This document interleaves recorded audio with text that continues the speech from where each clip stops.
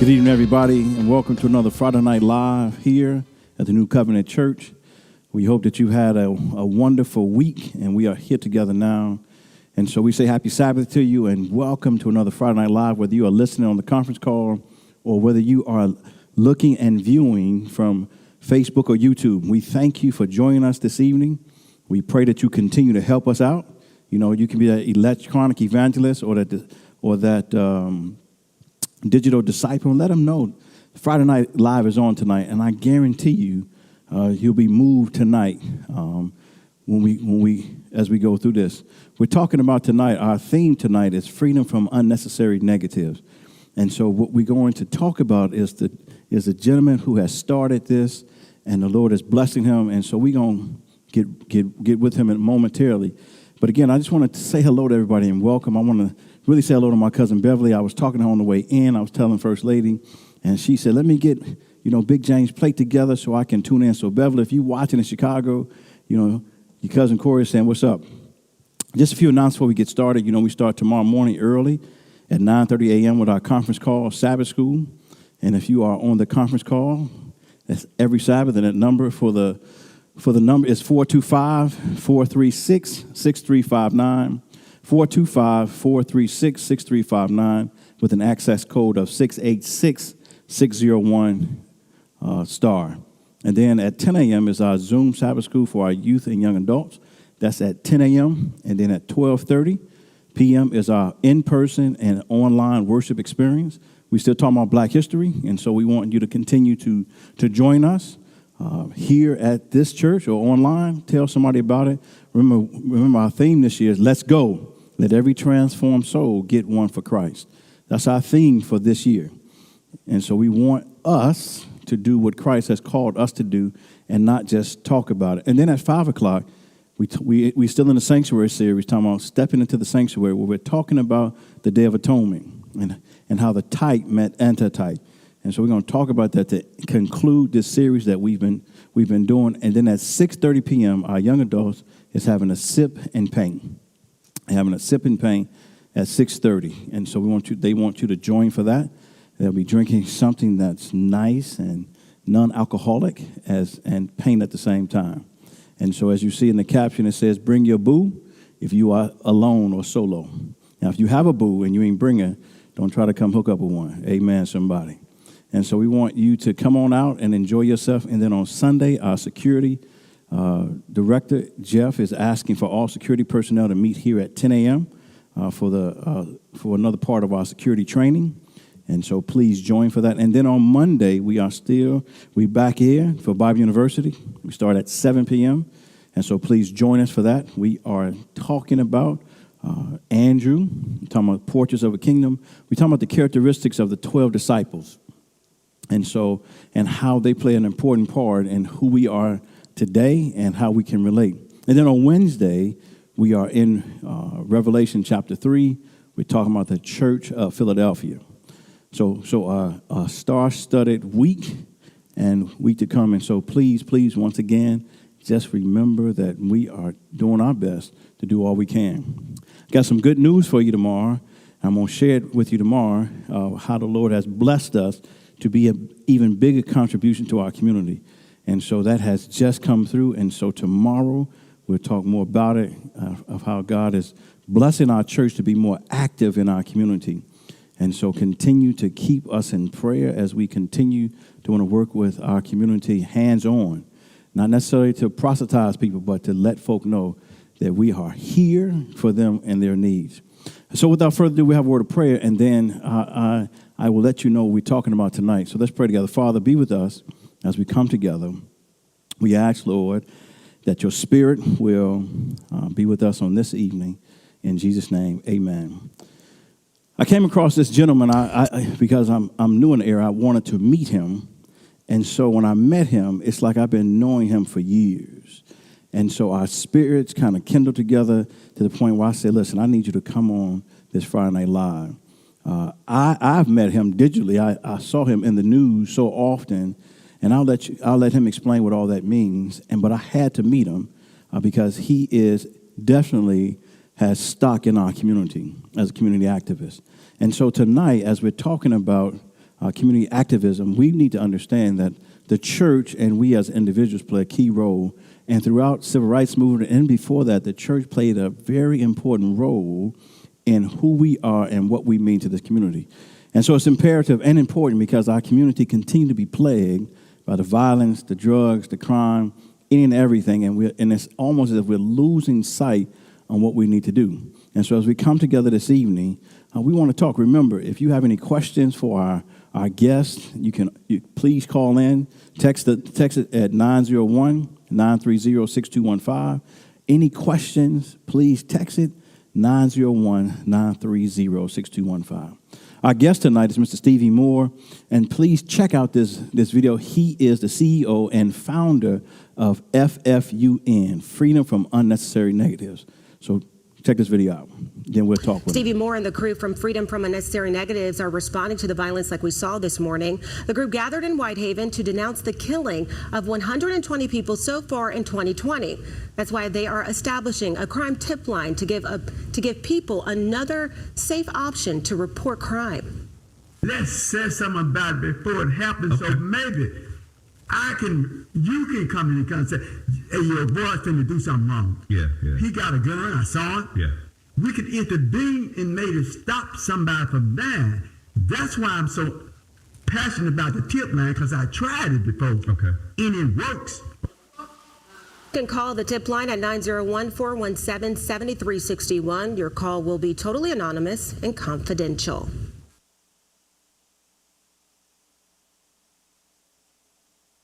Test. Mr. Moore, are you on? Your mic on? Is your mic on? 1, 2, 3, 4. All right, he's on. Listen, y'all, we want to welcome Mr. Stevie Moore with us today. Mr. Moore, just start us off. Tell us who you are, how you got into this, and why it's so important to you. Well, a lot of things when they see Stop the Killing on the screen, and they think that's the program. That's not the program. The program is FUN, Freedom from Unnecessary Negatives. And it's ironic, it was born when I was serving time.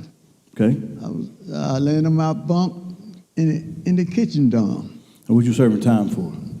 Pimping and selling dope. All right. Some of the same things our children are going to kill. We wasn't killing one another back then. Right. But now it in turn to you, I rob you, you rob them, I'm going to kill you. When you kill me, I'm going to kill your brother and sister. And it just keep on going on.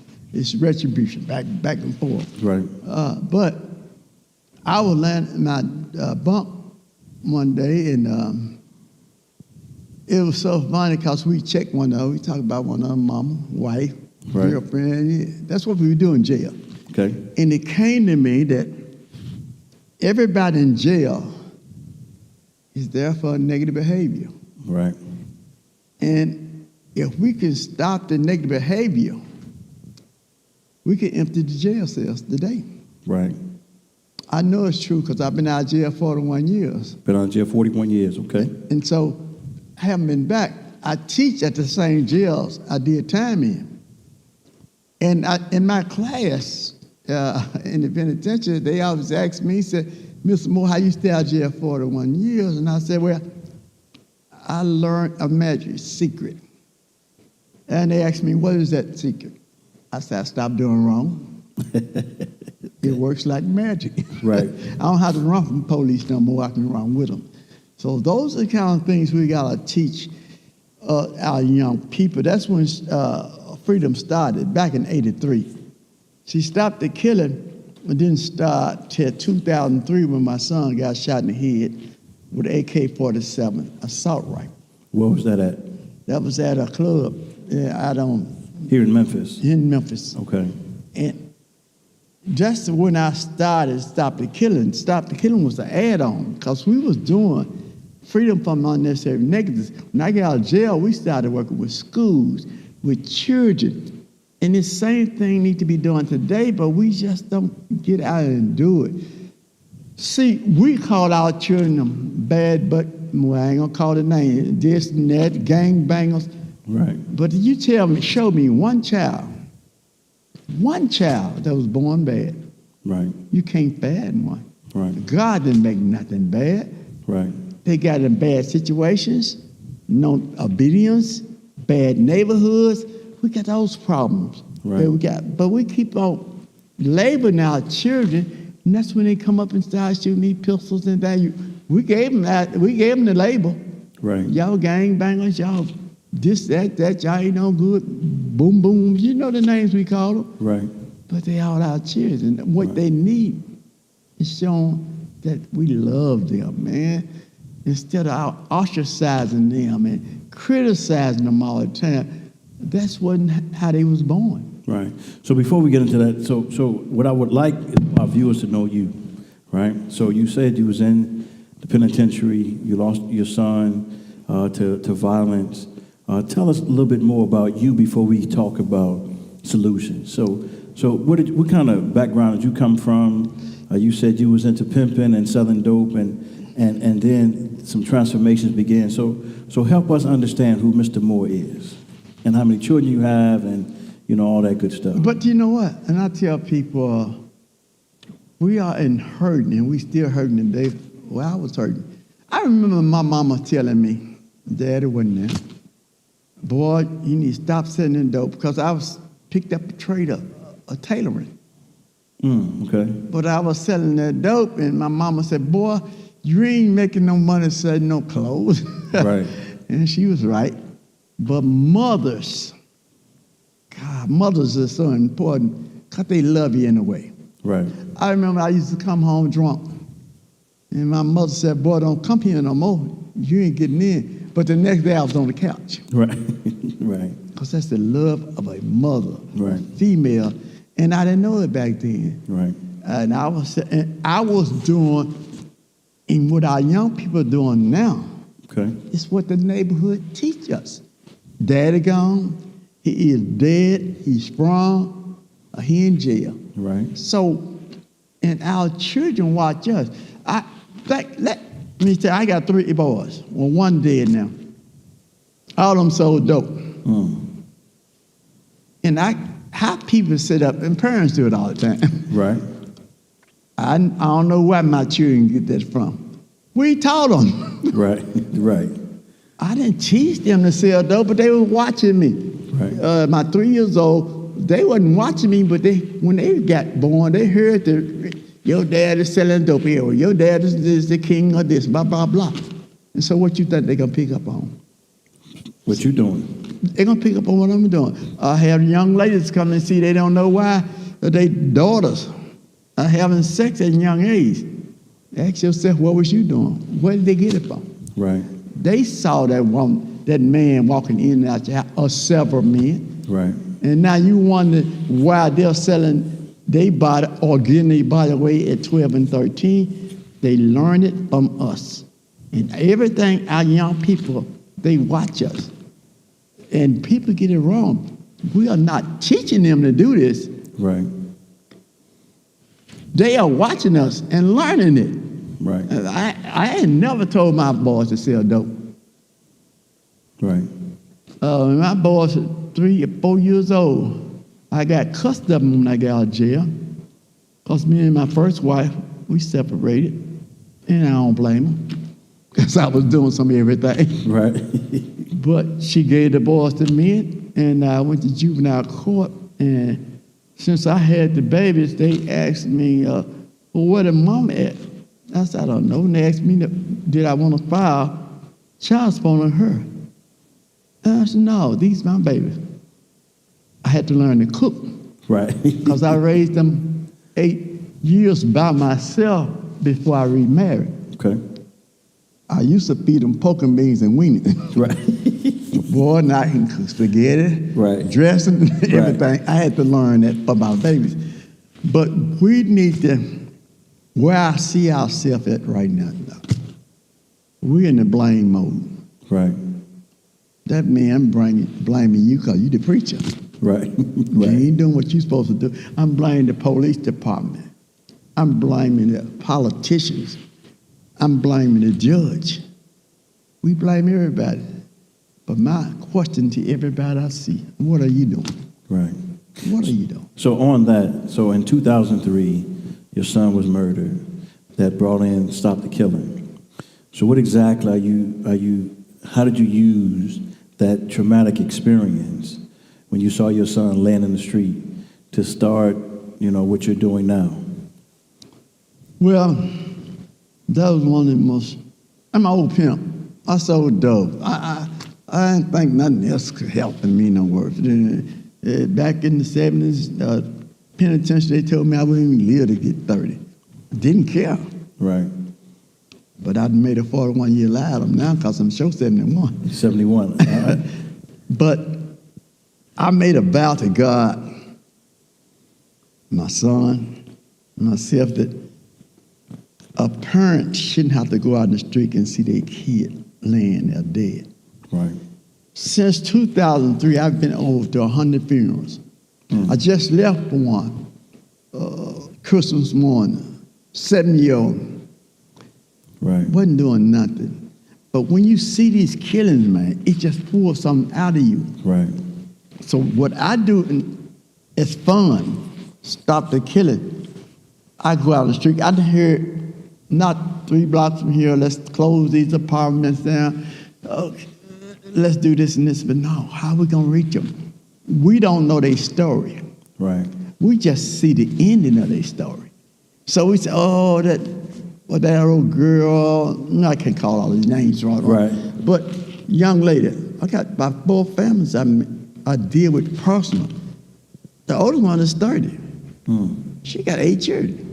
30 years old, 8 kids. So wow. My job is not to talk about her and downgrade her. My job is to be that daddy, that right. uncle, that big brother to them children, so we can stop that generational gap. Right. Because that girl that had them children, they got it from their mama. Right. Or they got it from the dad. They got it from somebody. So now I got to grab the children instead of complaining and talking about, oh, she shouldn't have had them all. No. The babies are here now. Right. So now I got Uncle Steve. You can come Uncle Steve. You can come Big Brother Steve. Whatever part. And I keep carrying them potato chips in my office to show those children that we love them. Right. That's not you. God didn't make you like that. God didn't make now children that come from a woman's womb. Right. They was like an angel. Right. They didn't know 5 was 5. That's even how to hit them on the hand. They was perfect. God made every child to come in this earth perfect. They just got bad situations, bad communities. Man, I wasn't born to be no dope dealer, no pimp. I would never, out of all that I did, I might sell some more dope or something, but I would never sell a woman's body again. Because I didn't know woman was the queen of the earth, how special women is. And that's what I try to teach my young black men. And some of them is more, they sprung. I said, well, they might be sprung. They might be selling dope, but you in jail. But you wouldn't been in jail if it wasn't for a woman, because you wouldn't even been in the world. Right. So we got to build on that, especially our young black men, how special women are. Women have been castrated. They've been called, and especially with the new days, all the hip top and Facebook and all. Right. They make women like dirt. Right. But we are not. Only way we can get to this world is through a woman, and I had to learn that. Right. So that's my job. Make children happy again. Okay. Let them know we care about them. And we can't just keep running away and pointing fingers and who fault it is. Let's go out there and meet them where they are. Because you're a pastor. But I tell all pastors this. The hood ain't coming to church. Right. That's true. Church got to go to the hood. Right. Because the people who want church got a background to tell them about God. Tell them how good Jesus is. But the ones that committing the crime, they're not hearing that from nobody. Right. So they don't know about God. Their heart is filled with Satan. Until we come and say, and I tell me, man, that ain't you. You talk to me, those more, but the fool messing with me. Yeah, he got to pay. I said, that's not God, and that's not you. And that's how we have to reach him. I said, everybody cuss you out, you cuss them out back. I said, well, you just the worst one to cuss you out. You're doing the same thing. Right. So we got to remember that we can take our society back. And I've been doing this stuff for now 40, and we can't take our society back because we are not standing up for the hood. Right. Just here, they was trying to close down a apartment complex, Pepperwood, in this community. Pepper Ridge, right. But I'm saying, you can close down all the apartments you want. It's just probably going to be down the street next week. So what I'm saying is that we got to come together. I love, and we are so hung up on denominations and everything. And I don't care if you're Baptist, we supposed to be child of God. Right. Okay, you might have a different context of how you bring it, but all of us supposed to be child of God. Right.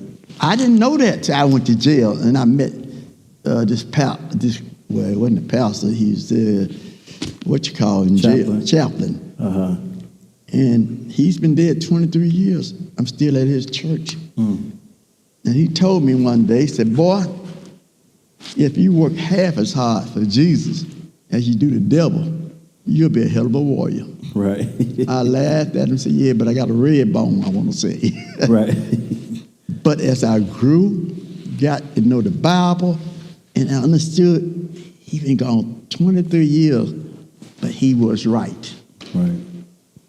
That's the reason I said, out of everything I've done wrong, I would never sell a woman the body. Because I didn't know what a woman is. In my community, that's what we did. Right. So I'm going to ask you this. So what are some of the things that your organization do for our community? Well, we always talk about, it's a good question, we have to talk about our community. But we have to ask, what our community need? Like, for instance, our back to school drive, where we got school supplies. Some children don't go to school for the first 2 weeks because they ain't got books and papers. Right.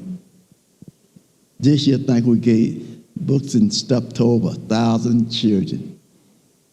And then we got young ladies come up to me, they got 7 children, and they said, and they didn't even tell me, they told me, I didn't even know them until I read it in the paper. Right. They said, my children had no toys if it wasn't for Mr. Moore. That's where I get my awards from. Okay. And when they come in at Christmas time, and we don't give them just no one toy. We did it about 6-7 years ago. We weren't able, but I learned how to beg good now. So we give our kids 2 and 3 toys. Okay. And not only that, we give them something to eat. And if you get the feeling when them children come up, I dress like Santa Claus too. Is that right? And they call me the skinny Santa Claus. I said, yeah, that's the skinny Santa Claus. Yeah. I said, no, that's a new Santa Claus. Right. But when them kids come up and after they pick the toy, they hug you. That's the kind of things. And then through the year, you got to go to the school. Right. See, 2 children get to fighting in school, and the high thing is a system like this now, and you suspend them. Right. What have you done? Nothing but equating 2 children to go to hell or jail. That's what's going to happen. Right. Because now mama got to go to work. There's no supervision. So what you doing to them children? So I get volunteers, and we go to schools. Okay. We try to not only go to school, we try to find out who's been suspended. Okay. And I ask mothers, and mothers bring them down. One mother, I'll tell you one example. My mother brought her child to me. He was 14, and he wouldn't answer her. He got jumped on, and his mother brought the child to me in my office, and she said, I'm so scared he's gonna get killed, and his face was all busted up. And so I said, boy, what's wrong with you? So he finally looks up and said, Mom, I didn't get beat up, I got beat in.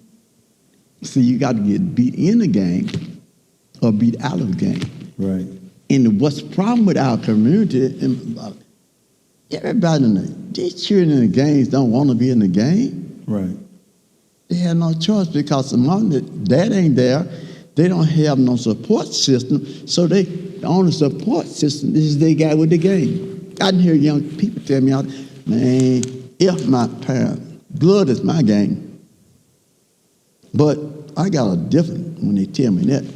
I said, I'm going to beat well. Right. Mr. Moore, we got a question. We got a question on the screen for you. Okay. It says, what are some important ways that black men or women can mentor our black boys and girls? What are some important ways that they can do that, you think? Well, some important ways is to stop being scared. Stop being scared, okay. Reason so many of our children go to jail now, because we don't have what sent me to jail. What sent me to jail was nosy neighbors. Right. Steve sat in that door. Right. Now, we didn't got to the point, all of us turned our back on our children.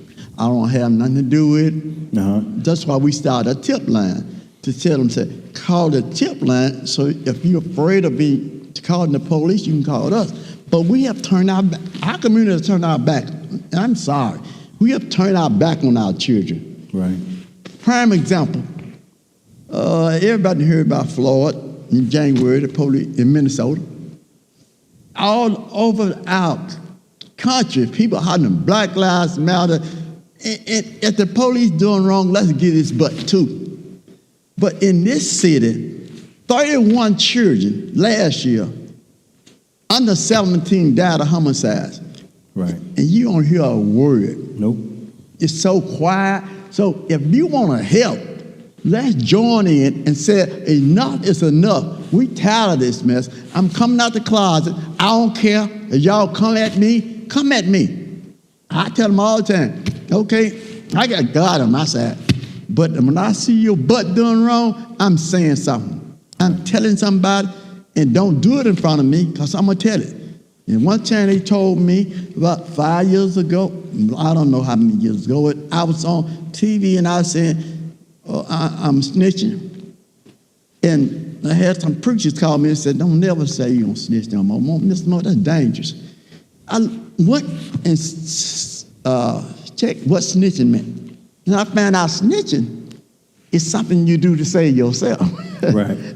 You don't care. You kind of get yourself out of it. So I made a thing back at the time, and I've been doing this. I said, I'll never snitch nobody. Never in my life snitch on nobody again. I'm just going to tell it on you. Right.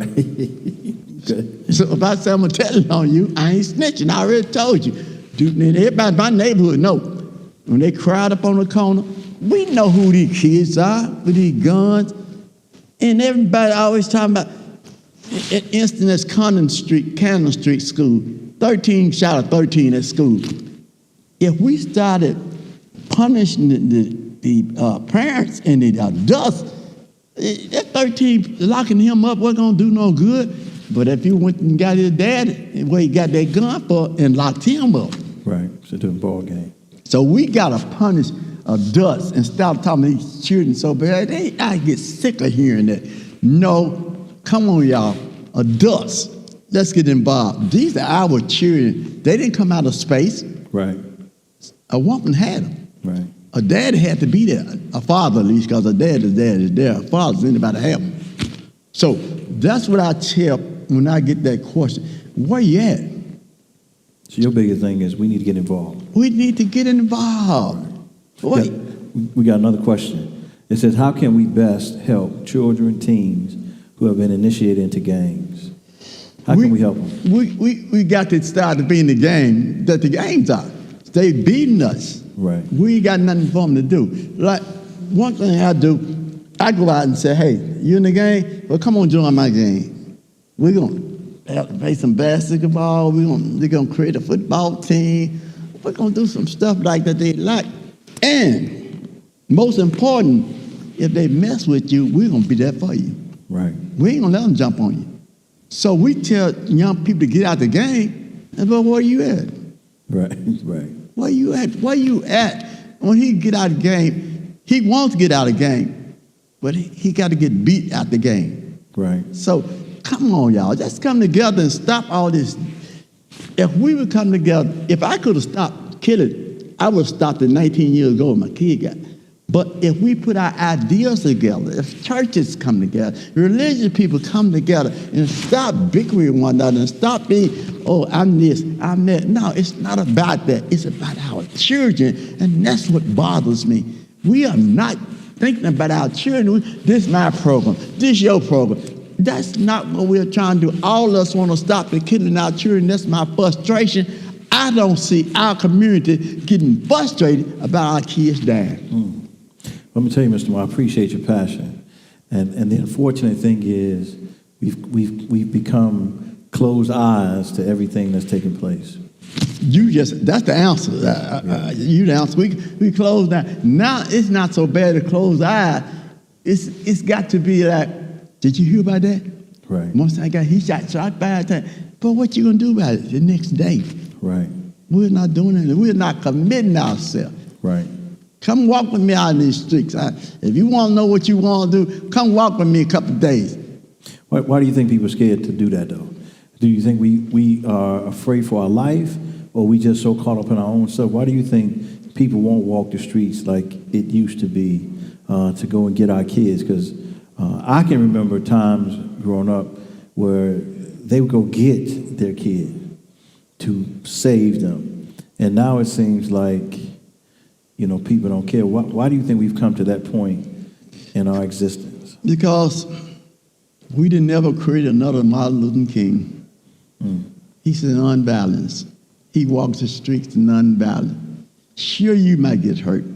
Sure, somebody might bust you in the head or something. But if we don't stop it, our children keep dying. Nonviolence. We got to teach our kids again nonviolence. I went through something personal. My son got killed. He was an identical twin. Next day or two, I went over their house. They had AK, body time, and said, we're going to kill his mama. I said, son. So they're going to kill the mother of the guy who killed your son? That was the family. And I said, son, if y'all do that, y'all just as worse as the man who killed your brother. We got to teach nonviolence. Killing somebody don't solve the problem. And we don't talk about that. Let's talk about hate. Don't hate that. That boy that killed my son, his mother, she had only one son. Oh, that was her only son who killed your son. So who won? Right. Nobody. She lost because he's in jail for 25 years. My son lost because he won't be back. And this might sound stupid, but I can't hold it against that boy forever because it could have been vice versa. Right. That's not stupid. That's just Christian. My son could have killed him. Right. Now, what were they fighting over? Do you know? A girl. So all this over a girl. And it was at a club. At a club in and when they've been fighting on that girl over a year. Oh, so this has been nonstop. And so what happened is my son came by my house, and I was thinking about my other son, twin, that was always had problems with. And my other son that got killed, he said, Dad, he acting a fool out here, So he came by my house on Memorial Day, and I asked him, kiss me on my head, and Dad, I'm going to the club. I said, thought you stopped going to the club. Just casual conversation. He said Memorial Day and twin, the other accident go. So that night, they kept my son because the other guys was the aggressors, and they put him out the club. So my son stayed at the club because of the clothes. So they was on the way home. They forgot all about the fight, and the guy was hiding at Exxon station, and they stopped and talked to the little girls there, and they came out behind and just shot the cop. And my son that got killed was driving. He turned around and pushed his brother down because I still got a T-shirt with all the blood on it. And his nephew was sitting on the side, and on I guess people see something in that because his cousin said, not nephew, his cousin said, he said, "Fool, I'm gone." And then, but when they did the autopsy, he had been in the club all night, and it wasn't on. And God is awesome. Wasn't on alcohol in his body. Wasn't on drugs. He just went out there to have some fun. Wow. And he the one got killed. And I prayed for my other son, his brother, twin brother, because he was hot-headed. You know, he was hot-headed, sort of like me. But I never expected this one to get killed. Oh, wow. But look at God. So the one that you was worried about, the hothead, is living. Still here now. Hothead still. And is that the one that they were trying to kill, him, or the mild-mannered one? Which? Well, the mountain one. Was they the was one- taught they were heading to about the girls. Okay. But he was mild-mannered. But the hothead one is the one you was concerned about. yeah, because he didn't want to hear it. He didn't want the night the fight started.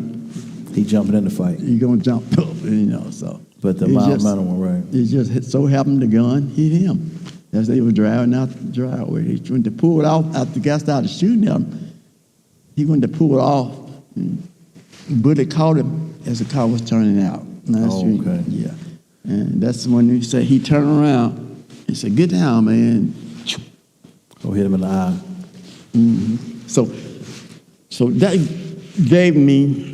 Tell the folk what you did with because you had an open casket.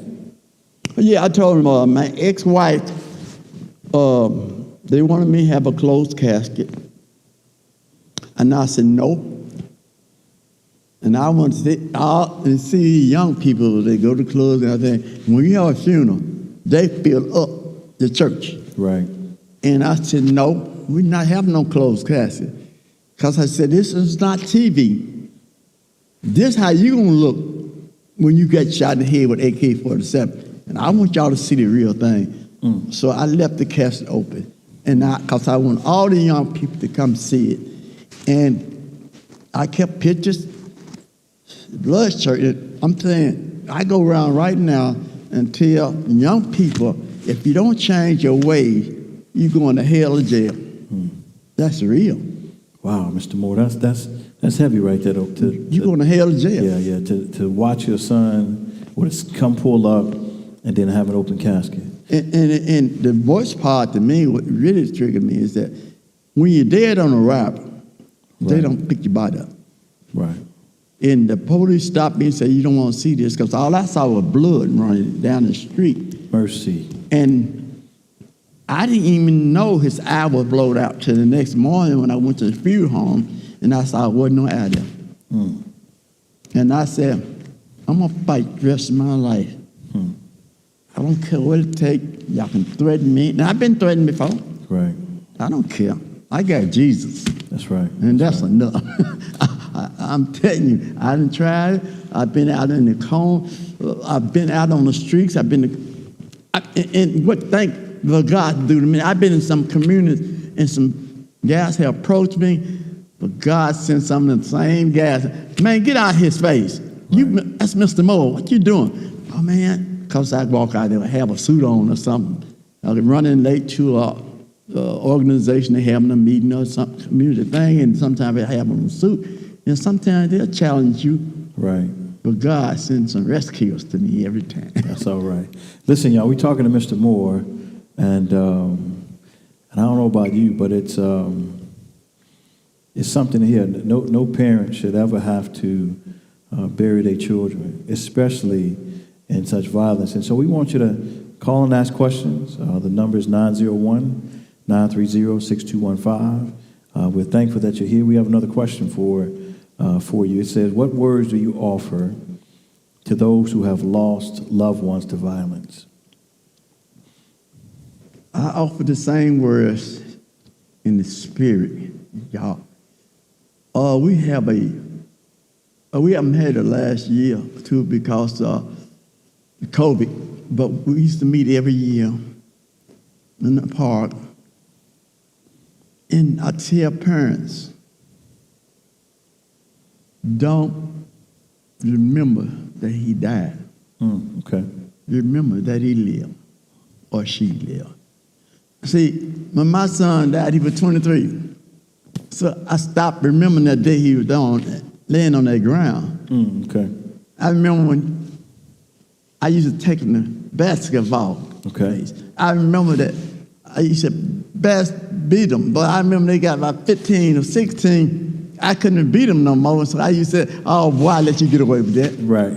I remember that I tell parents, let's remember the fun days we had. God set that time limit.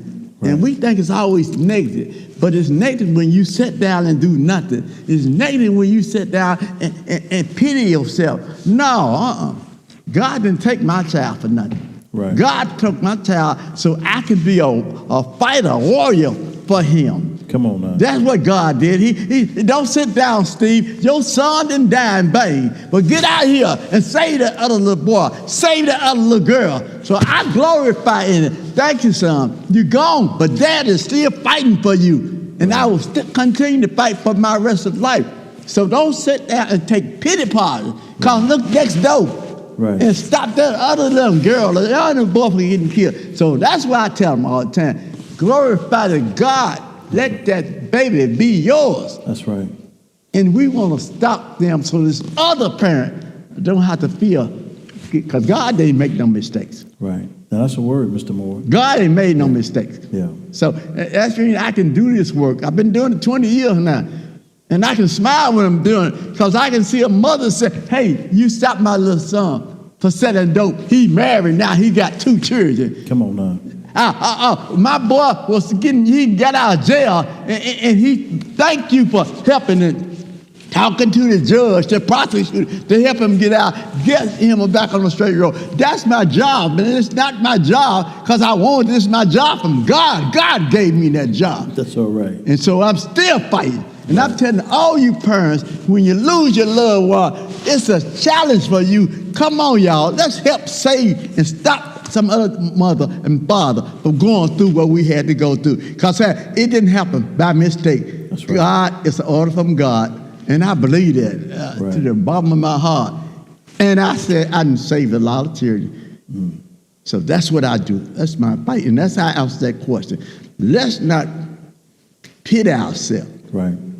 Because ain't none of us been good all the time. That's right. That's right. So don't act like you don't know what's going on. Right. So right. God might have touched you and say, hey, you need to cut out your mess. Right. Because I'm going to show you. Because I had a lot of mess in me. Come on now. A lot of mess in me. Right. But since God took my son, that mess got out of me. Oh, Jesus. That mess out of me, man. Right. I'm fighting this fight. Right. And I ain't saying I do everything right. Right. No, ain't none of us can do everything right. But God give us a mission. Not tell people out there, this is not a program. That's right. This is my mission. It's personal. It's personal. Yeah. This is my mission. Listen, y'all, we up close and in front with our community activist, Mr. Moore. We're going to pause for a moment. We want to just help you understand the importance of being a community activist. And it doesn't have to be that something happens. Right. But we just got to make sure that we want to take a stake in our community. So check this video out about what is a community activist so you can have a better understanding of why it's necessary for us to help our kids to be free from unnecessary negatives. Check this video out. Put simply, activism is fighting for what you believe in. It can be as simple as telling someone that they heard something or someone, or writing a letter, or something that is never the way to fight, like riots, lootings, and other crimes. However, those things are proven to be much less effective than simply expressing how you feel about something and giving reasons for why others should as well. Some recent examples of activism include the Women's March, the Black Lives Matter protests, and Malala Yousafzai's fights for education. Some people also write songs, plays, books, letters, and many other things to get the attention of a larger population or authorities. When you think of activism, you think of protests. Large groups of people gather together peacefully to fight for what they believe in. People protest for their environment, their rights, and ending violence, and whatever other problems come up. So, how can you participate? Exactly how you think you can. Protesting, writing, and whatever else you want. Just be sure that if you are under 18, make sure that you notify a trusted adult first. Just get creative and make a change. So many people say. We're back with Mr. Moore, and listen, you probably heard a little chatter from us. Mr. Moore was apologizing for his excitement. I told him, no need to apologize. Listen, we need more people to be excited about saving our kids. And I'm going to tell you this, in my 51 years of existence, especially being grown now, since I was, I guess, 18, I've never heard anyone say that they took the violence of their child to motivate them, to glorify God. I've always heard the other way around, where people can't get over it. And I know friends I've lost when I was younger, and the parents have a hard time getting over that. All they talk about is the day that he died. But Mr. Moore is bringing a different perspective and not focusing on the day the person died, but focus on the good times. And not only that, believing that this thing happened to help him save others. So, Mr. Moore, you don't have to apologize for passion. Okay. You don't have to apologize for what you believe. I'm a man of, I believe you have to feel it, and others will see it so they can believe it. And so getting back to what we're talking about, one of the things, and again, if you have any questions, again, the number is 901-930-6215. I want you to ask Mr. Moore questions. Let's put up his information about his organization, just in case, because we have people who like to donate, and so just in case they want to donate to your organization, I'm gonna read it to you. It's right here on your screen. It's called FFUN Anonymous, and then you can use it for calling suspicious activities or how to make a donation. And so it's the tip line. And so one of the things I want to ask you is this. What does it take beyond seeing our community for people to stay involved? Because, some people start off, then they'll stop. But what do you think it takes to keep people volunteering to put themselves in harm's way? And they may not always get the right outcome that they see initially to stay invested. Well, what I've seen, and I've talked to so many people, why we started Tip Line, because we got the trust between law enforcement and the community. They say, I don't want to have nothing to do with it. They're going to come back and retaliate against me. And so people have grown with the conclusion that if they help, they're going to be hurt some kind of way. And that's the idea behind Tip Line. They want to know what you're doing. Right. But I throw a question out there. What are you going to do when it happened to you and your children? Why did you want to wait till you get involved? And I can say this honestly. I was involved before my son got killed. Okay. Because I got involved in 1983 and I got out of jail. Because it wasn't about children dying at the time to me. Right. It was about our children going to jail. Okay. Because it wasn't, 40 years ago, it wasn't this much killing. Right. But I'm saying I want to stop our children from going to jail because some of the brightest minds go through jail. Right, that's true. And so I was trying to say, man, and one subject I always teach, one statement I always teach in my class is, don't stop selling, change your product. Come on now, say it one more time. Don't stop selling, change your product. Right. If you can't sell women, sell dresses. Right. Can't sell dope, sell socks. Right. But right. sale is the greatest tool in the world. Right. Because everybody in jail is there because somebody want to make money off of them. Right. Whereas the guy selling the uniform, the guy selling the tennis shoes. See, when I went to jail, your mom and daddy could bring you a TV or radio. Now you can't do that no more. Right. Telephones you had called was one. Cost a dime. You could use for 3 minutes a day. Right. Now they got smart because they started selling telephones in jail now. Now Right. they put telephones in the dorm I mean, you can use them all night as long as you pay that $250, $350 a minute. Right. So cell runs our world. So I tell my men in jail, man, you got the great expertise that is selling. Right. But we just got to change our product. You selling the wrong product, huh? So when I got out of jail, they called me the happy peddler. They called you the what? Happy peddler. Happy peddler. I went down the street selling pots, pans, spoons, forks until I bought me a building. Okay. So I know it worked. Right, right. So you bought you a building from it. Yes. Okay.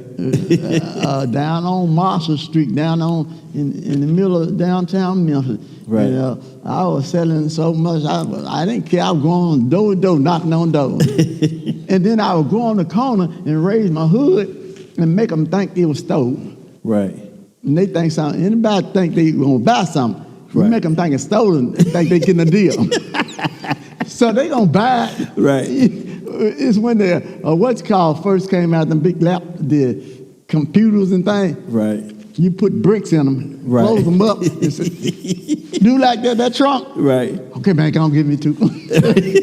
And they get home, they got a box full of bricks. Right. Right. Right. So we gotta teach our children that what you learned is a good thing. You learned it Right. because it sent you to jail, Right. so it can keep you out of jail. My theory to all people, and all people have been there. If I made a lot of money doing wrong, Right. I'll be making a lot of money doing right. That's right. Because that's what it's all about. Our young kids, remember, yeah, I don't want to do no wrong, but I'm broke. Right. But if I show them how to make some money The right way. the right way, and all us, we got these religious people out here and they never did nothing. Yes, you have. Right. You trying to pretend like they always been holy, huh? They've been holy, especially after they learn 2 verses. Right. Right. They learn the first 2 verses. Right. Come on now. I'm just keeping it real. Right. That's how it's supposed to be. But I got out and I started selling and selling and selling, and I still sell. Right. Anything I see is coming up that people want. Look on your TV. Now, sales, they got all kinds of product for your face. Right. And all you got to wonder is which one's the right, because everybody's selling something, and they make me selling to black folks personally, and they getting rich and keep getting rich, and we are broke and keep getting broke, but trying to keep up. We're buying this garbage, Right. and then we get broke, we got to go do wrong to keep up with it. Right. Mr. Moore, we got another question. It says, how can we get more men involved in activism to reach young men? How can we get more men involved? Please help me find that answer. So I'm taking a lot of your volunteers are women. Please help me find out. Have mercy. Put them out the house. Do something. Because we got, in my organization, I got women do everything, down to picking it. When we have a venture, the women pick up the drinks, put them in the cooler and everything. Really? Get him out the house, y'all, and threaten him. If you don't go and help, you ain't gonna. Hey, look, they know what you was about to say. If you don't go help, Right. it's gonna be something wrong here tonight. Right. So y'all help me with that question. Right. Because I'm working on that question, and I'm trying to say, man, come on. It got so bad.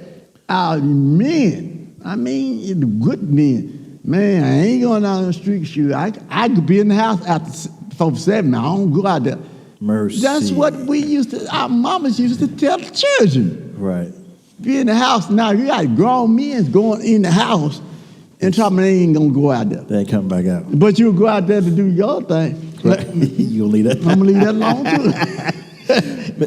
But on that question, I need some help. Call me, please.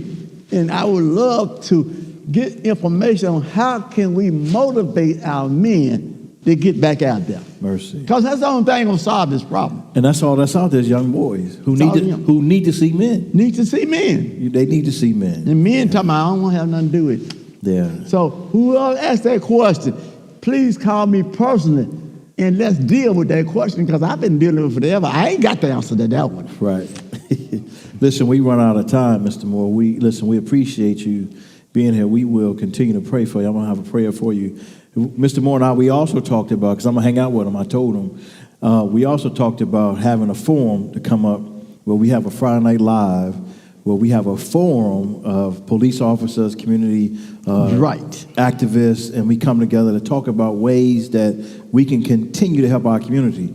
And so we're looking to put that together so that one of these Friday Night Lives, we're going to do that. You know, we had Sheriff Bonner here, and we had the chief of police here from Memphis, and so Chief CJ, and so we're working on it, y'all. So, Mr. Moore, hey, thank you. Go ahead. One thing, let me give you one more.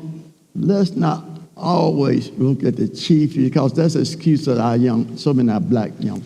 Well, they ain't gonna do nothing. They just get there in front of us and talk. Okay, so let us put you on the stage and let them stand in the audience and have that forum. Right. That's true.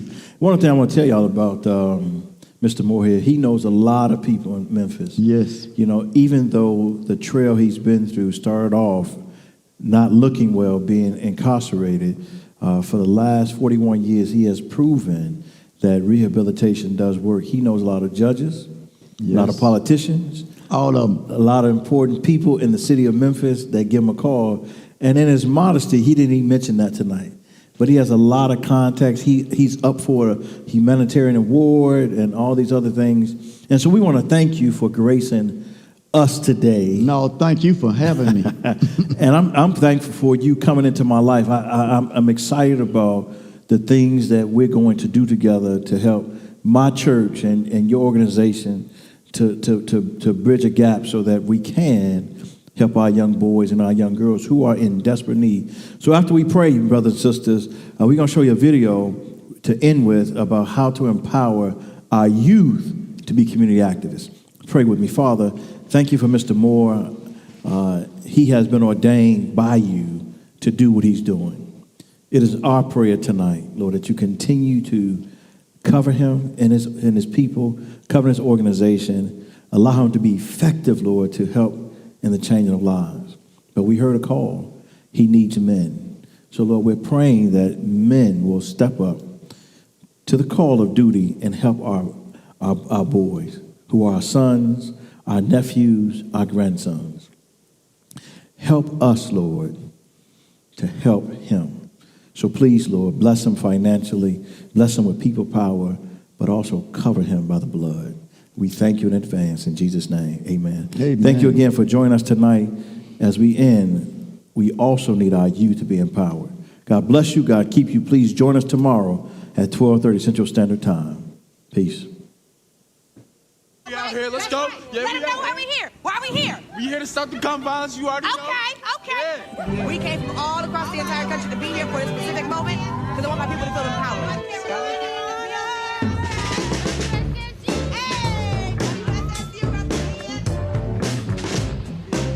Live the dream. Defend the dream. Where's the vote?